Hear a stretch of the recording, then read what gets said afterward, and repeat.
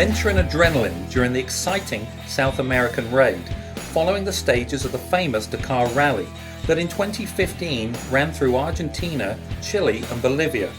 2,000 kilometers of tarmac, dirt and desert from the wild Pacific coast to the 4,820 meters high Laguna Minguez. 7 incredible days that proved the skill and resilience of our team. 11 riders led by the great Lucio Cecchinello and one-of-a-kind guest, Chilean factory rider Jeremiah Israel.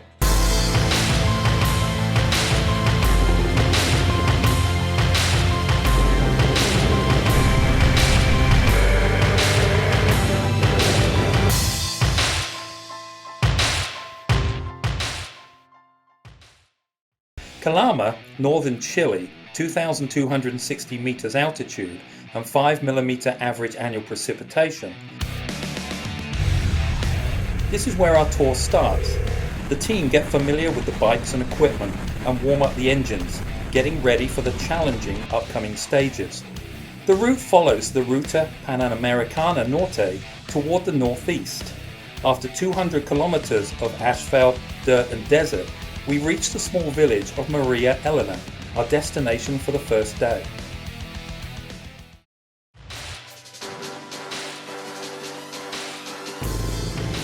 The second stage calls for 400 kilometers, the first 150 in the desert until Tocopilla, the following distance along the Pacific coast all the way up to Iquique. The small city of Tocopilla is famous for being the hometown of Alexis Sanchez, the football player for Udinese and Barcelona, and the writer Alejandro Jodorowsky.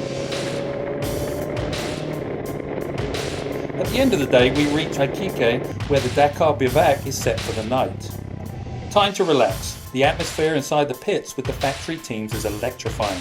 Jeremiah Israel, Chilean factory rider for the Honda HRC team, warmly welcomes us. Talking to him is fantastic and makes us feel like we are part of this race at the highest level. A great end to a very special day. Today we head out to explore the desert northeast of Iquique. The Pacific Ocean on one side and the mountain ridges as high as 6,000 meters on the other side create an impressive landscape, with temperatures that range from 19 to 44 degrees Celsius in a matter of a few kilometers.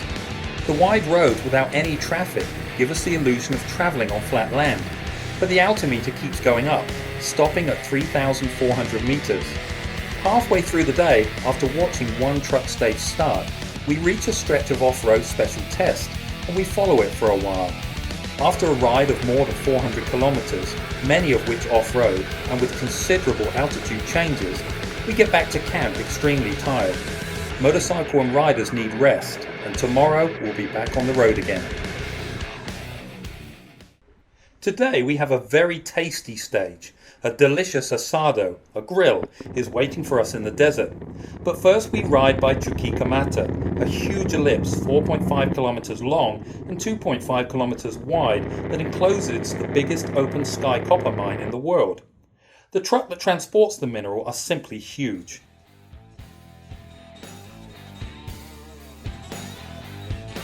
Finally, we make it to our appointment with the asado. Hurry up before it gets cold!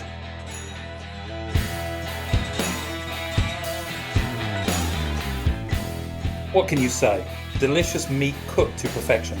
Never had grilled meat tasting so good. But there's no time for napping after lunch. We need to reconnect with the Dakar caravan, coming back from the marathon stage in Bolivia. Endless excitement. From a spot we are very close to the action as cars and motorcycles are gunning by at full speed. What a show!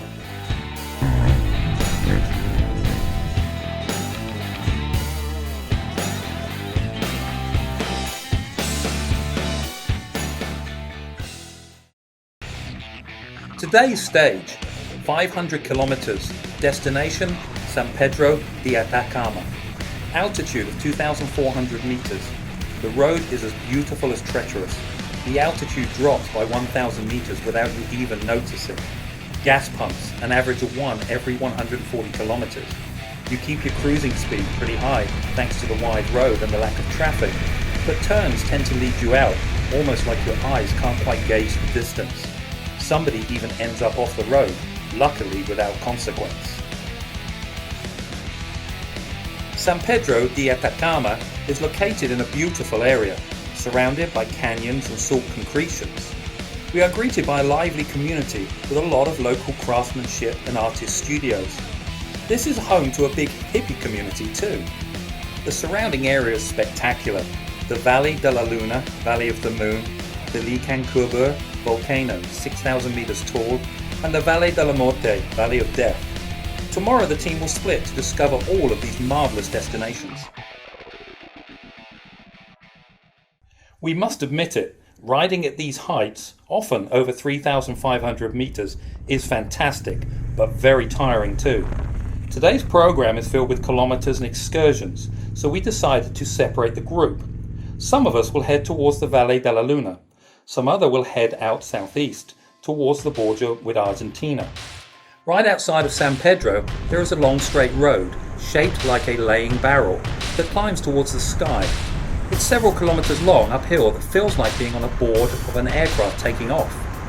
After more than 20 kilometers, the altimeter almost goes crazy, climbing until it reads 4,800 meters. In Europe, on the Alps, when you reach the mountain passes, the road quickly descends, but here you need to ride at least another 150 kilometers before going downhill. No houses, no villages, no gas. A few police officers patrol the area to make sure that nobody gets sick for the altitude, causing trouble. It's a beautiful desert made of red dirt with breathtaking lakes and a sanctuary for flamingos. This is paradise.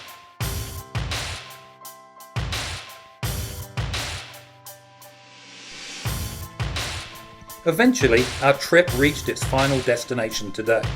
What a wonderful adventure! We rode more than 2,000 kilometers under incredible conditions, from the Pacific Ocean shores to 4,800 meters of altitude. We crossed paths with the Dakar Rally, met riders, and followed several stages of the race. We visited unforgettable places aboard our motorcycles. Our GV equipment was up to the task, safe, rugged, and practical. When do we leave again? Follow us at GV Explorer and you will find out.